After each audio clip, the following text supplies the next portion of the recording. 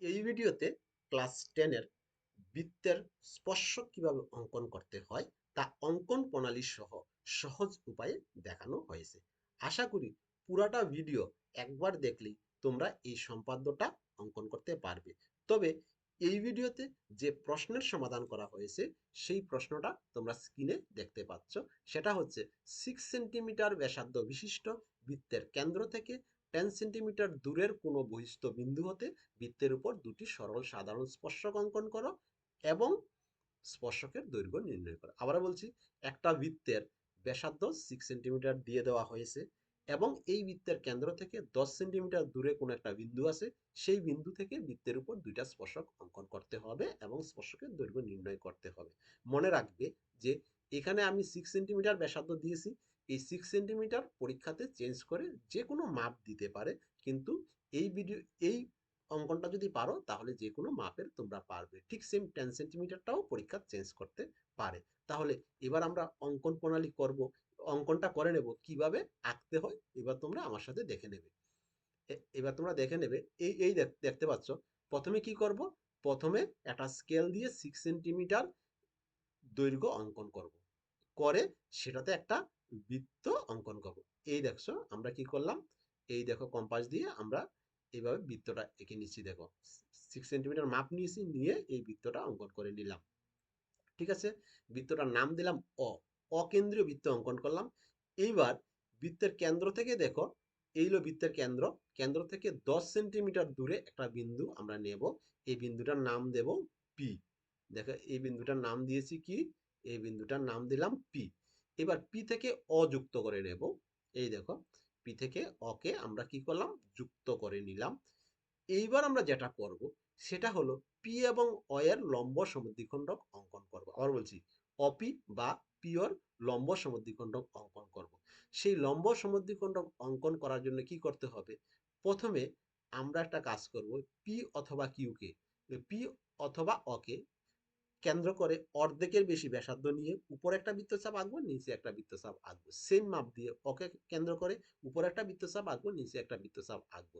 তাহলে দুটি বৃত্তচাপের ছেদ বিন্দুদ্বয় যোগ করলে একটা বিন্দু পিওকে ছেদ করবে, সেই ছেদ বিন্দুই হবে পি অ বা অপি এর লম্ব সমদ্বিখণ্ডক। তাহলে দেখো আমি কিভাবে এঁকে নিচ্ছি।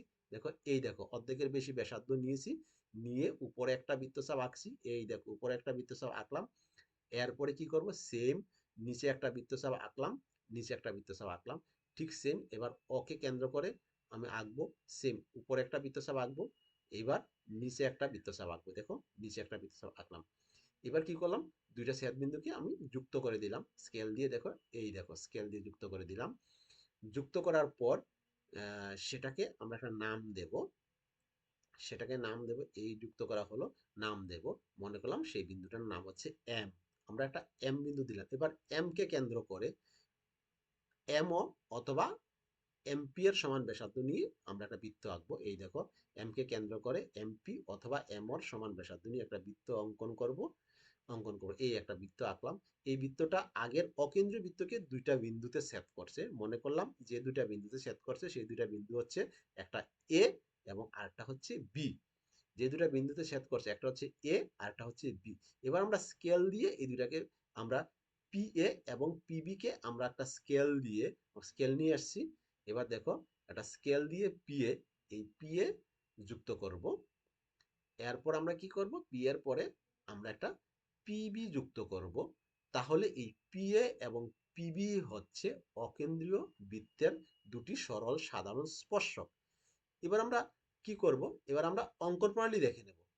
অঙ্কন প্রণালী কি করব, দেখো প্রথমে আমরা কি করেছিলাম, প্রথমে আমরা 6 সেমি একটা ব্যাসার্ধের অকেন্দ্রীয় বৃত্ত অঙ্কন করলাম। তাহলে অঙ্কন প্রণালীতে লিখবো, প্রথমে 6 সেমি ব্যাসার্ধের একটি অকেন্দ্রীয় বৃত্ত অঙ্কন করি। মনে রাখবে আমি যেভাবে অঙ্কন প্রণালী দিয়েছি এভাবে যদি লেখো তাহলে একবার দেখলেই তোমাদের হয়ে যাবে।